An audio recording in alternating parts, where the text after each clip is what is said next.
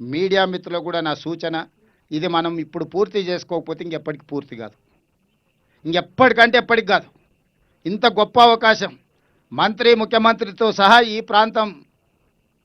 ఈ ప్రాంతంలోనే పుట్టి పెరిగిన వాళ్ళు ఉన్నప్పుడు కాకపోతే ఇంకా దీన్ని ఎవ్వరు చెయ్యరు. ఇందులో ఈ పనిని పూర్తి చేసుకోవడానికి మనందరం కూడా ఏకం కావాలి. దీని మీద చిలువలు పలువలు తప్పుడు ఆరోపణలు ఎవరని చెప్తే మనందరం కలిసి తిరిగేసి కొట్టాలి.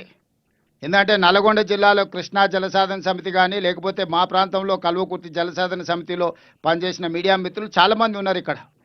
మీరు మీడియా మిత్రులుగానే కాదు, జలసాధన సమితిలో క్రియాశీలక పాత్ర పోషించిన వాళ్ళు ఇక్కడ ఉన్న జర్నలిస్టులు ఉన్నారు. నాకంటే మీకు అందరికీ ప్రాజెక్టు గురించి, దీని అవసరం గురించి మీకు అందరికీ బాగా తెలుసు. ఏ అడ్డంకులు వచ్చినా తొలగించుకుందాం, ఈ ప్రాజెక్టు పూర్తి చేసుకుందాం. ఈ ప్రాజెక్టు పూర్తి చేయకపోతే మహబూబ్ నగర్కు, నల్గొండ జిల్లాకు తీరని నష్టం జరుగుతుంది. కాబట్టి మీ అందరి సహకారాన్ని మేము ఆశిస్తున్నాం. మనందరం కలిసికట్టుగా ఈ యొక్క అడ్వాన్స్ టెక్నాలజీతో, ఎందుకంటే ఇది ఆర్మీలో వాడే టెక్నాలజీని బార్డర్లో దేశ భద్రత కోసం పనిచేస్తున్న సైనికులను పిలుచుకొని, నిపుణులను పిలుచుకొని, వాళ్ళని డెప్యుటేషన్ మీద తెచ్చుకొని, ఉత్తమ్ కుమార్ రెడ్డి గారు చాలా ప్రయాసాలు కోర్చి వారికి ఉన్న మొత్తం పరిచయాలన్నిటిని కూడా ఉపయోగించి ఈరోజు ఈ సమస్యను ఒక కొలిక్కి తీసుకొచ్చిండు. ఇవాళ ఈ సమస్యను పరిష్కరించాల్సిన బాధ్యత ముఖ్యమంత్రిగా నా మీద ఉన్నది. ఎలాంటి అనుమతులు కావాలన్నా దీనికి అవసరమైన నిధులను అన్నిటిని కూడా గ్రీన్ ఛానల్లో ఇస్తానని నేను చెప్పిన, తప్పకుండా ఈ ప్రాజెక్టును పూర్తి చేయడానికి అన్ని రకాలుగా మా సహకారం ఉంటుంది.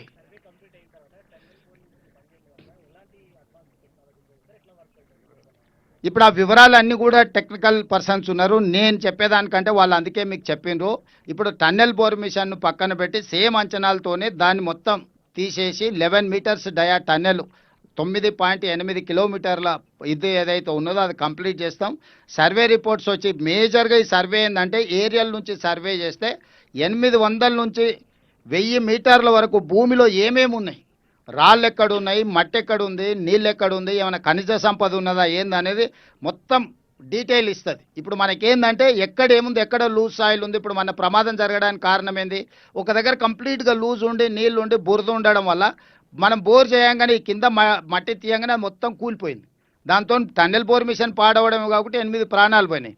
ఇప్పుడు ఎవ్రీ 2.5 మీటర్స్లో ఏమేమి ఉన్నదో కంప్లీట్గా ఇది డేటా ఇస్తుంది. ఈ ఎనాలిసిస్ చేసుకొని ఆ పరిస్థితులను బట్టి టన్నెల్ దొవ్వేటప్పుడు తీసుకోవాల్సిన జాగ్రత్తలన్నీ తీసుకుంటారు. అందుకోసమే ఇప్పుడు ఇది సర్వే చేస్తున్నాం.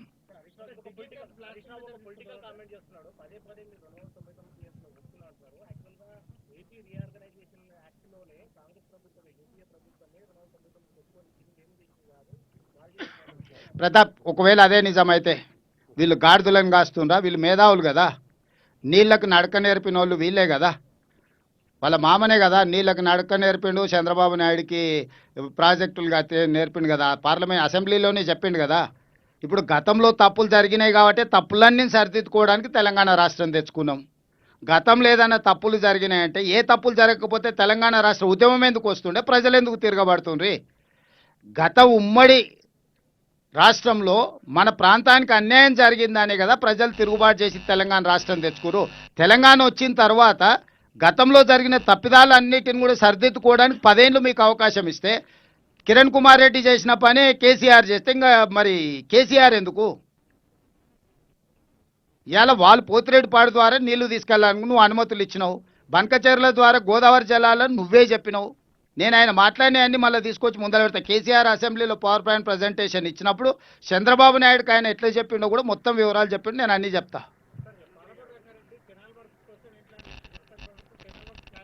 ఇప్పుడు ప్రాజెక్టు దీన్ని లిఫ్టులు వీటిని చేసిన తర్వాత కెనాల్స్ మీదకి వస్తాం. బడ్జెట్ కన్స్ట్రెయిన్స్ ఈరోజు ఆర్థికంగా చాలా ఇబ్బందికరమైన పరిస్థితి ఉంది. టెండర్లు పిలిచి కాంట్రాక్టర్లకు ఇచ్చిన తర్వాత నిధులు విడుదల చేయకపోతే అంచనాలు పెరుక్కుంటా పోతాయి.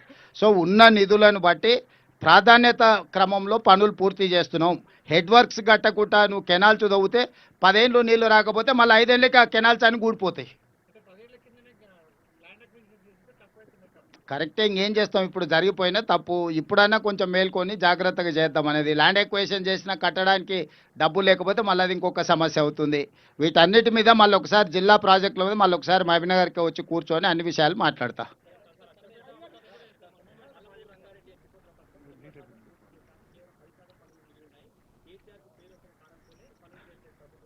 ఎవరైనా ఇక వాళ్ళు మాట్లాడేది జనాలు చెప్పారు కదా, మా జనాలు ఆల్రెడీ సమాధానం ఇచ్చారు. జిల్లాల బొంద పెట్టినా కూడా బుద్ధి రాలేదు, ఇంకేం చెప్తామే వాళ్ళు అడిగే